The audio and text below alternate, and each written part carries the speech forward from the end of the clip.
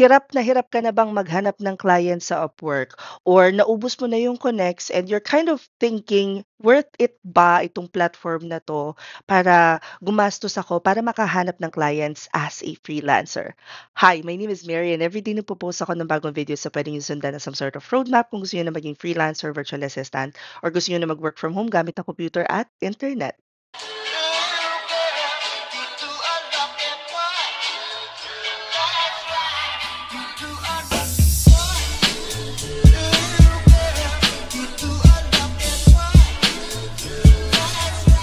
Now, for today, ang pag-uusapan natin is Upwork platform. Paano nga ba ako nakaland ng clients? Paano ko na-sustain na since 2009, oldest days pa lang guys, dito na ako naghahanap ng clients. And paano kung I guess the question here is, dahil may bayad na yung connects, pamahal na siya ng pamahal, bakit dito pa rin ako naghahanap ng clients at paano ako naghahanap?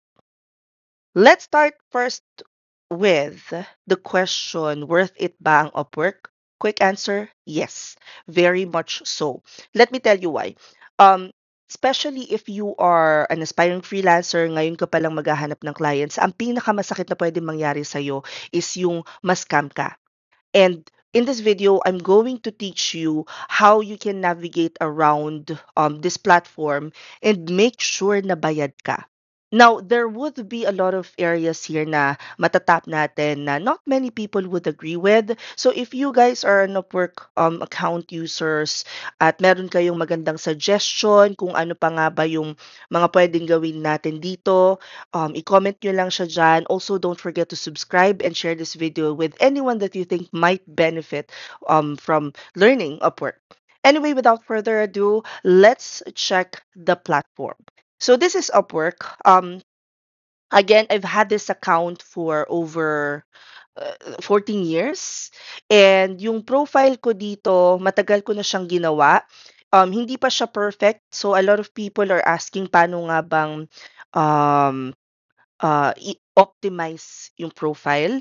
We'll go ahead and create a separate video for that. For today, ang pag-uusapan natin is paano muna ako nag apply. Kasi ang ginagawa ko dito, kahit meron na akong mga direct referrals or clients outside of the platform, nabalik pa rin ako sa Upwork and I make sure na meron akong kahit isang project dito just to keep the account active. And every now and then, since na nagsimula na nga ako magturo, sabi ko, baka puwede na, ipakita ko sa inyo through this video paano ako nag-a-apply ngayon. So, it's December 27th of 2023. I'd probably create a different video, if meron mang changes sa first or second quarter of 2024. But, for now, ito yung ginagawa ko and wala akong masyadong binago, in terms of my process. It has always been the same, although yung interface ni Upwork kasi madalas nagbabago siya. So kapag nagbabago na gano'n, naiisip ko namang gawa ng bagong videos na kagaya nito. Anyway, so pagka-create mo ng account sa Upwork, I'll just add siguro a card there. Kung wala pa kayong Upwork account, i-a-add ko na lang yung card somewhere up there on how to create an Upwork profile. I already created one. I think it's still up to date. I think you can still use it as a reference. But once your profile is complete, makikita nyo dito, profile complete 100%. Ang lagi ko lang pinupuntahan kapag mag-a-apply na ako is itong Find Work tab. Now, eto yung makikita ninyo. Before walang banner na ganito and you can check it out. If you want to explore and get started with Upwork, you can just click on Explore. Meron din silang ino-offer na Freelancer Plus wherein may monthly payment siya. I haven't done that. So, ang ginagawa ko lang talaga is bumibili ako ng connects. Now, let's say for the purpose of this video, I am looking for a virtual assistant position. So, I'll just type in yung keyword, virtual assistant. But you guys will notice as I type in yung mga words, may lumalabas na other keywords. Ang kagandahan nito guys, this is where SEO or knowledge in SEO comes into play. Kasi ibig sabihin, kapag tinype nyo to, eto yung mga positions na madalas sinesearch. Eto yung mga keywords na pwede ninyong pag-aralan. So let's just go for virtual assistant. May lalabas ngayon dito sa side.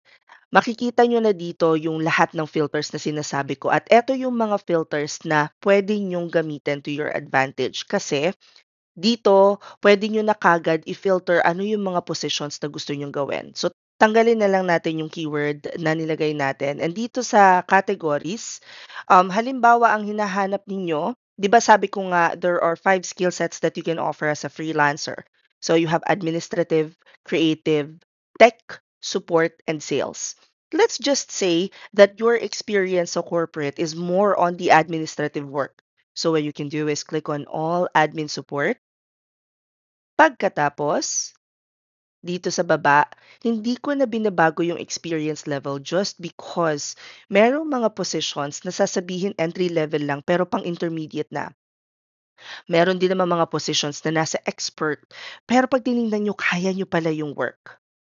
Next, dito na ngayon yung sinasabi ko sa inyo na um, in terms of uh, uh, dito kayo makakaiwas ngayon sa scammer. Kasi may two job types sa Upwork. The first one is hourly, meaning gagamit kayo ng time tracker ni Upwork at pagkatapos, every time na magwo-work kayo for that particular client, kailangan nyo lang i-run yung time tracker. Pwede rin naman kayong tumanggap ng fixed price. Ito yung mga project-based. Now, the difference between hourly and fixed price is this. Sa hourly kasi, and na-experience ko na 'to, na yung client bigla na lang akong ginost, as in. And ang position ko pa nun was office manager, so I'm responsible for like 9 people na kailangan ko silang pasahudin and all, and I need to be able to explain. Luckily, etong client na 'to, naka-hourly contract kami sa Upwork and so kahit ginost na niya kami and I'm pretty sure hindi na rin siya nagparamdam sa Upwork, but kinover ng Upwork yung hourly namin. Meanwhile, kung fixed price kasi ang kukunin ninyo na projects, ang pinakang nangyayari dito is kapagka si client hindi in-approve pa yung work nyo, yung milestone ninyo, hindi i-release yung payment. So, yun yung difference nung escrow nung dalawa. So, I'd go for hourly. And then let's talk about the minimum pay. Magkano nga ba dapat ang iyong tinatanggap na bayad ng as a freelancer kasi, wala pa tayong taripa. Like, wala pang ganun kaanong standards when it comes to payment. And there are different references that you can use. I would highly recommend Epic Career. So, kung hindi pa kayo familiar sa Epic Career, it's actually a website that would allow you to check yung pinakang current salary report. So, for example, if you create an account, I'll probably just add a link sa baba for Epic Career. And then sa side, makikita ninyo, so this is the website, epiccareer.com. Sa side, may makikita kayong mga job recommendation, salary report, yung gagamitin natin. It would also give you the enhanced resume portion, resume checker, and profile rank. Now, just to give you an example, kung ano nga ba yung pinakang gamit ko sa Epic Career, is if I go to salary report, let's say I'm looking for salary ng virtual assistants. So, click ko lang yan. It says here, virtual assistants everywhere, yung pinakang pay ranges between $382 a month up to $956. And under that, makikita nyo na kung ano yung mga qualifications required for a virtual assistant. So that's just a side note. If you guys want me to talk more about Epic Career, i-comment nyo na lang dyan Epic Career and I'll create a separate video for that. Now, one other way for you to check magkano nga ba yung minimum na pwede kong singilin for a particular position is this. Kasi di ba nga, ang pay nating mga freelancers, it depends on two things. Magkano ang budget ni client at magkano ang acceptable sa inyo. While we can't control magkano yung budget ni client, we can control kung ano yung acceptable sa atin. And so, ang ginagawa ko talaga, if hindi ako sure kung ano yung sisingilin ko, what I would do is, kukwentahin ko lahat ng expenses namin, household expenses for 1 whole month. Pagkatapos, imumultiply ko siya by 2. At pagkatapos, di-divide ko siya into the number of hours that I'm willing to work per month. At pagkatapos, yung magiging result nun, yun naman yung i-divide ko by, let's say for example, ang exchange rate is 55. So that's just a quick overview. Again, if may na-mention ako dito na gusto nyong i-explain ko pa further, just let me know guys. I'll go ahead and create a separate video for that. But going back, let's say for the purpose of this video, na ang goal ko lang ay mag 6 digits because yan ang usong-uso ngayon. Sabi ko nga, daling 6 digits, magkwenta kung paano mag 6 digits ng isang client lang working full-time. Kasi that means na anything na tatanggapin ko should be at $12 above. Okay? Next, dito sa number of proposals, dito mo naman magi-gauge gaano ka katapang. Like, gaano karaming competition ang kaya mo. Kung naninigurado ka, akong ginagawa ko talaga is less than 5, 5 to 10. Pero kung medyo matapang-tapang ka na at feeling mo naman may laban yung profile mo, you can also take yung 10 to 15 or even more. Kasi makikita nyo dito sa side yung number of jobs available based on the current filters that you have. Isa pang importante, click on Payment Verified. Kasi that simply means na may payment on file na si client, so wala na kayong poproblemahin doon sa part na yon. Magfi-filter out din nun yung mga job posts na nilagay ng mga hindi pa sure kung kukuha sila ng VA or scammers. Alam na natin yan. Next, right under that, I don't really consider having hires or the number of hires ni client or client history as a red flag or green flag. So, hindi ko siya chine-checkan. But, if you guys are looking for a specific time zone na magwo-work kayo, you can check client time zones. If hindi naman, kung okay lang sa inyong mag-work anytime, wala kayong gagalawin dyan. Now, what I would recommend though in terms of client location is, if gusto nyo na morning shift sa Pinas, then search for Australian clients. If gusto niyo na parang nagpuyat ka lang sa maling tao, go for United Kingdom or anywhere na ganun yung time zone. If handa ka naman na panggabi ka lang because you have kids, you need to prepare um, the kids in the morning, or let's say for example naman, may negosyo kayo. So panggabi lang talaga kayo. Pwede nyo ilagay dyan United States. Next, sa project length, wala rin akong masyadong ginagawa dito unless I am only looking for like 1 to 3 months na project. Sa hours per week, ito is kung kayo ay pang part-time lang, pwede nyo i-tick yung less than 30 hours a week. Pero kung willing to work kayo full-time, wala na kayong babaguhin dyan.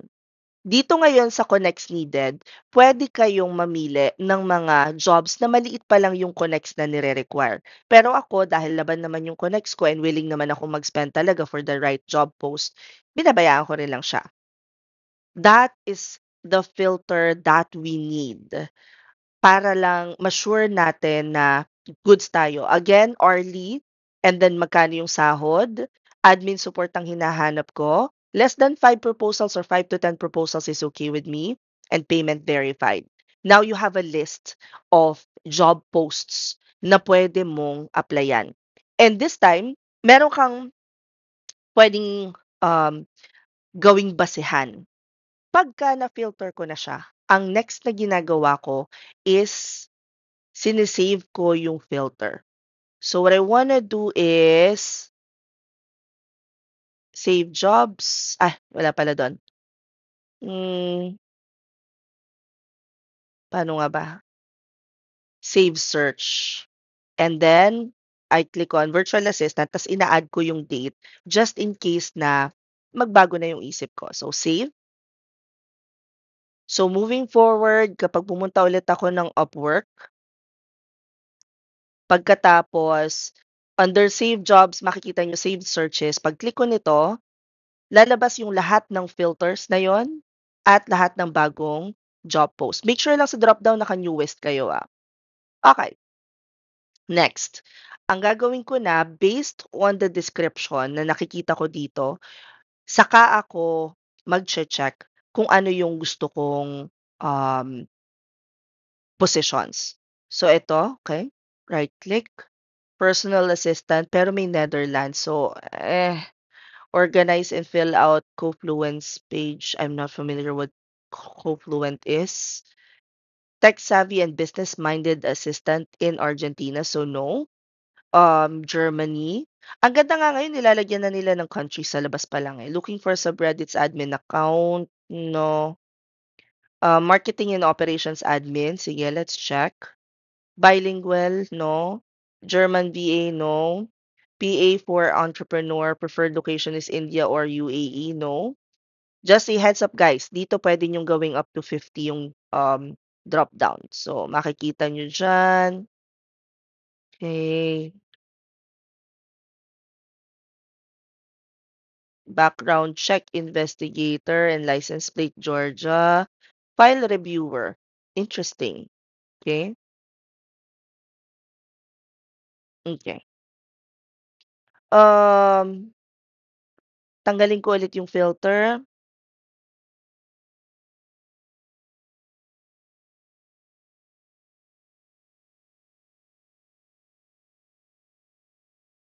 Okay.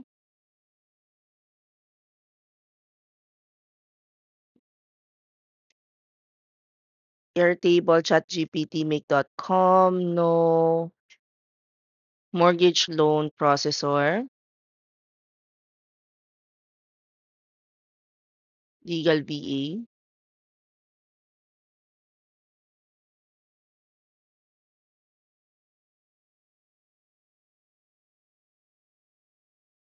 Okay. So iniisa-isa ko lang siya, tinitingnan ko yung mga feeling ko applicable. One other way for you guys to check, so tanggalin natin 'to, okay? Tanggalin natin yung keyword. Balik tayo dito, click on virtual assistant,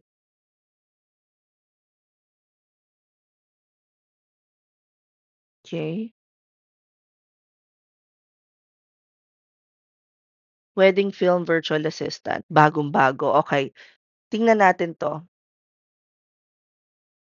Disclaimer, must be available to work the hours of 9 to 5 Eastern. Is a leading wedding film company with dedicated team of 15 videographers. Okay. Your main objective will be to efficiently manage various aspects of client and vendor communication, communicate with freelance editors to assign track projects. Okay.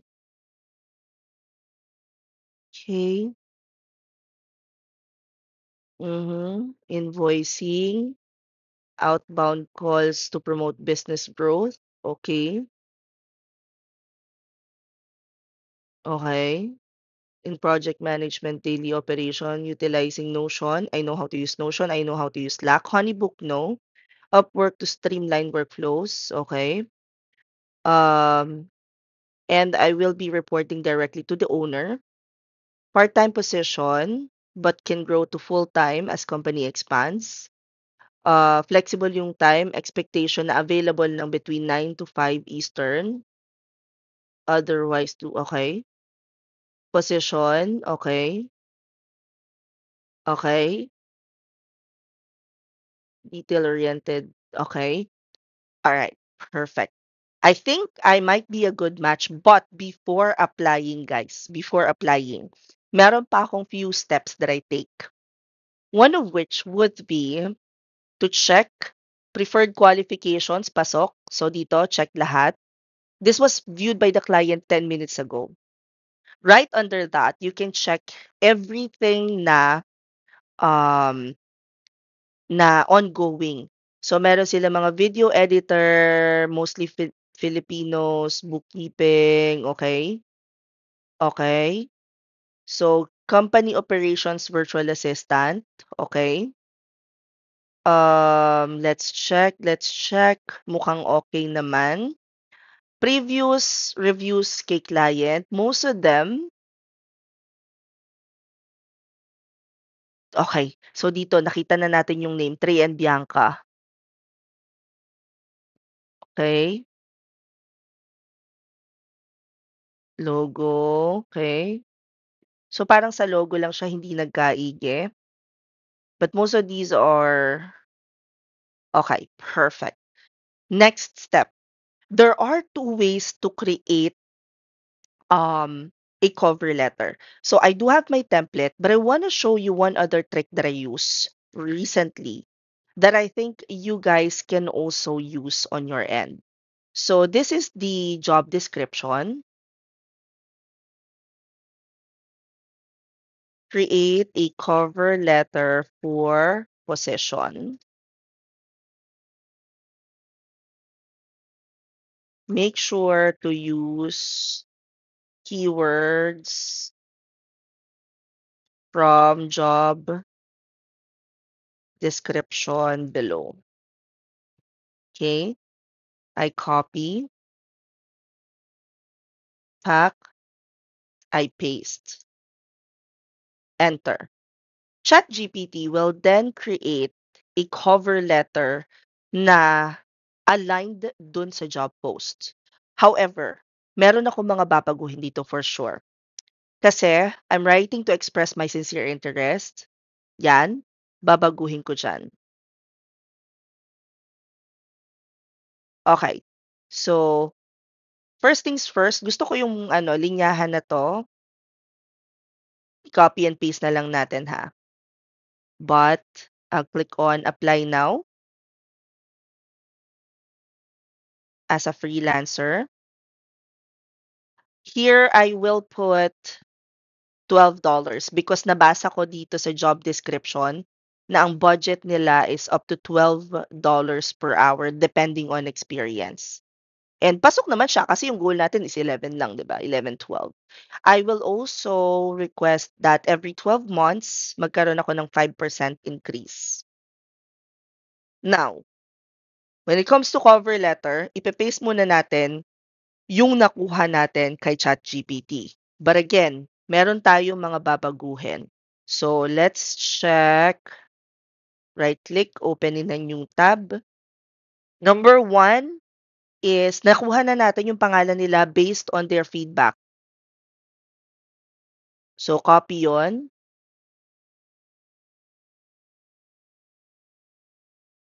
Hello, Trey, Bianca, and since minention nila yung pangalan ng company, lalagay ko din yon.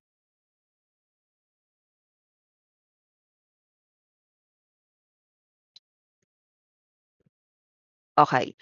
Yung I'm writing to express, teka wait, and yung I'm writing to express my sincere interest, okay, babaguhin ko yon.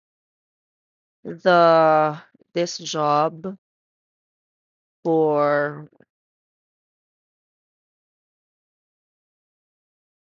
piqued my interest. Asan na yon? Hindi ko makita. Asan na? Piqued my interest. With background in project management, keen eye for detail, and passion for fostering seamless operations, I'm confident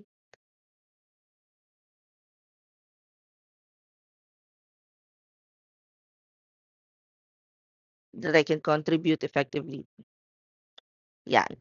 Meron ako guys, cover letter here na parang ginagamit ko rin as pandagdag. Okay.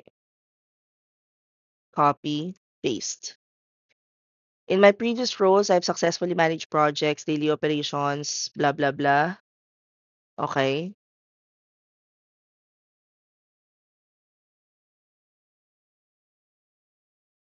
Okay. Company's commitment.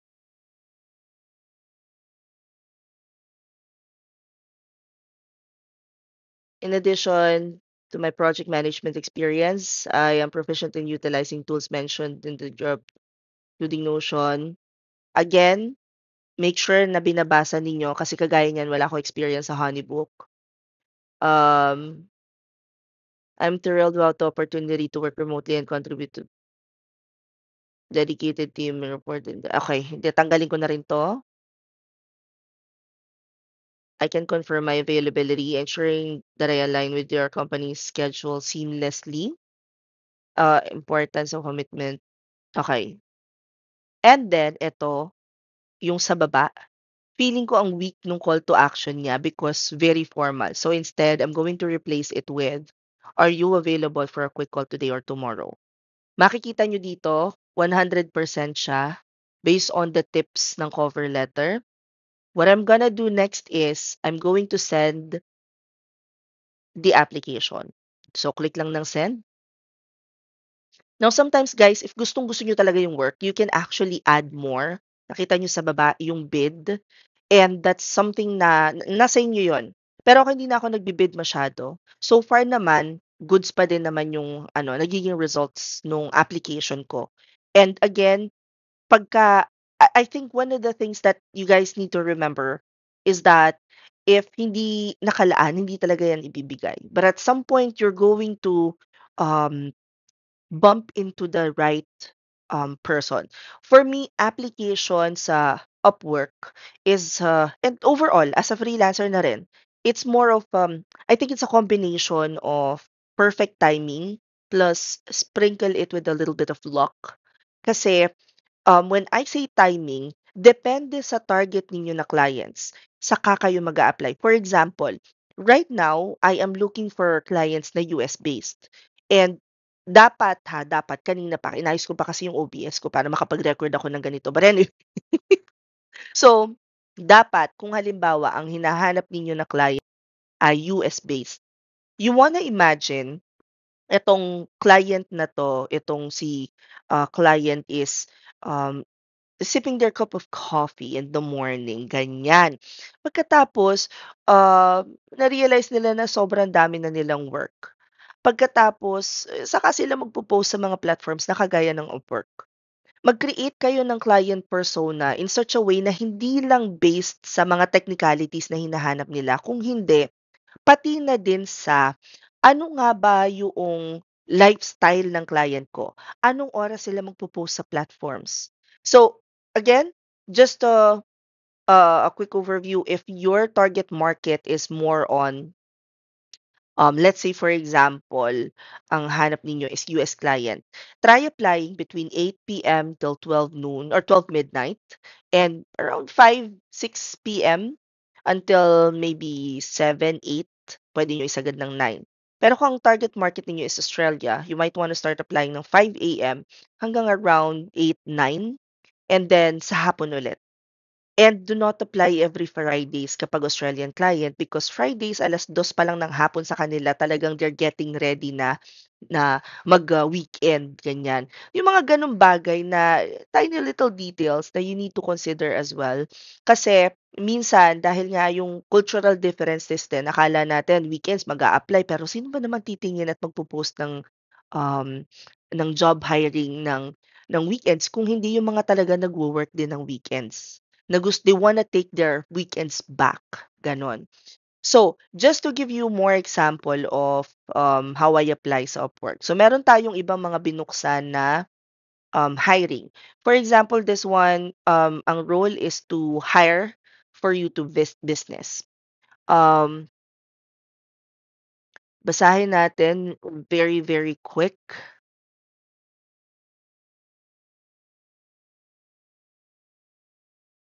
Okay.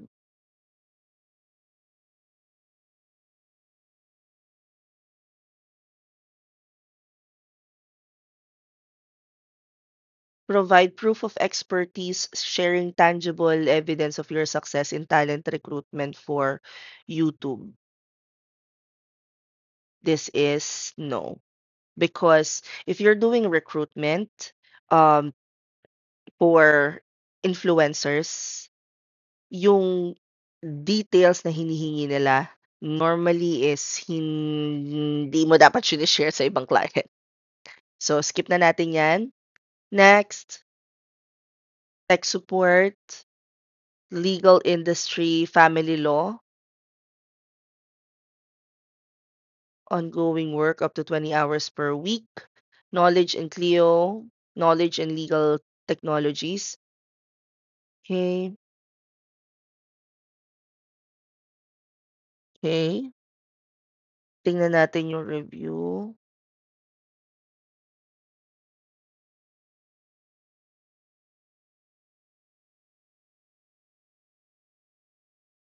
Ang dami nilang hire, ha?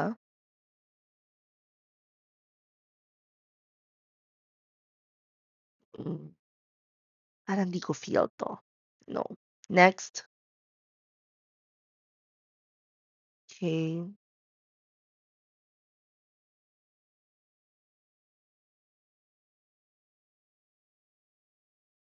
Hmm,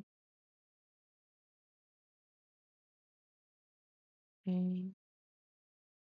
This one's good. Tingnan natin kung ano, loan processor. Tingnan natin. So, lead gen. And this was way back. So, wala silang masyadong history. And last viewed 18 hours ago. So, no. File reviewer. Hmm,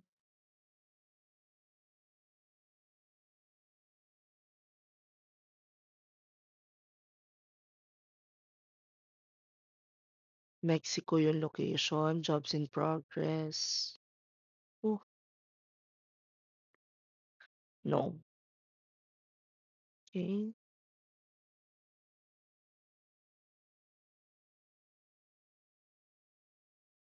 Hindi rin ako pasok sa location. So, no. Plus, gumamit silang ChatGPTs para do sa job post na yun. So, I need something more personalized. General management and promotion ng digital marketing agency or digital agency. Okay.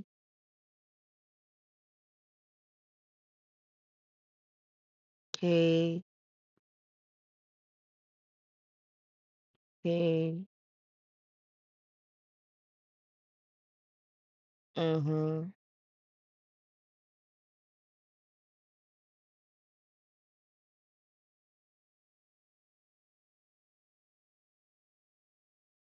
Okay.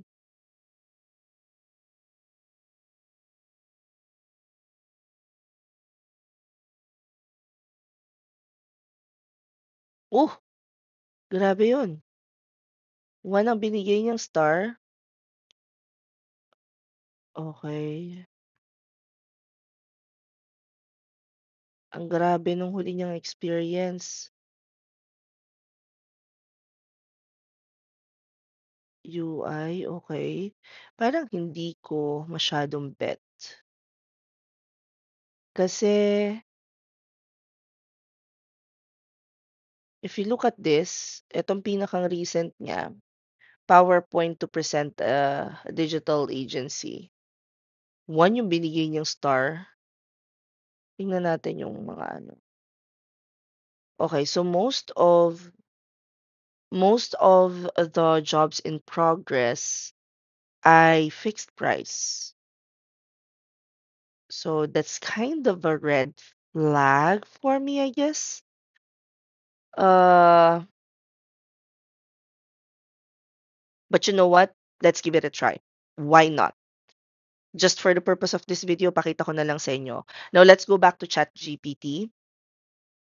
And then, let's edit itong part na to. Create a cover letter for position.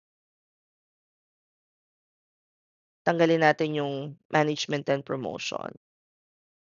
And then, let's copy and paste.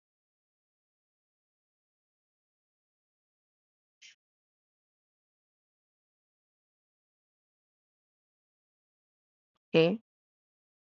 Now, I want to try something here.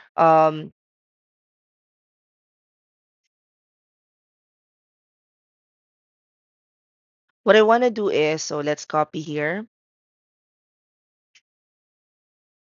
Click on apply now. Here. Ang hindi ko lang na-meet is English level native, and that's okay. Now here, we want to do $15 an hour. Let's just say never tayo manghihingi ng ano. So, paste, pack. Hello. Nilalabuan ako, hindi ko masyadong makita. Magsalamin na tayo dahil hindi natin kaya 'to ng ano lang.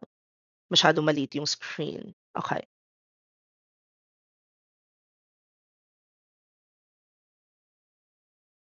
'yan. This job, papalitan natin ng this,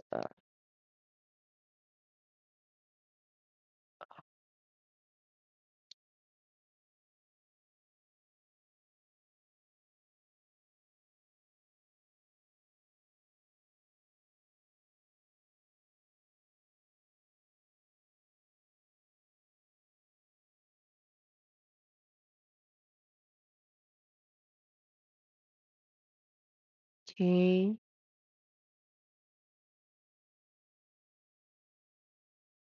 okey,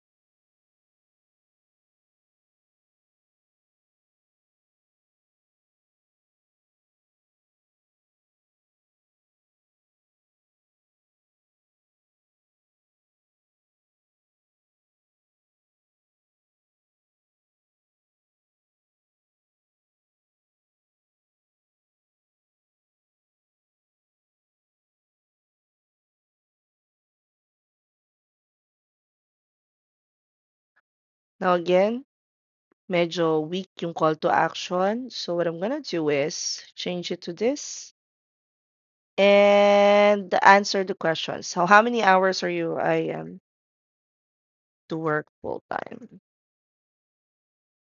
How many customers projects do you have? I only have one ongoing project.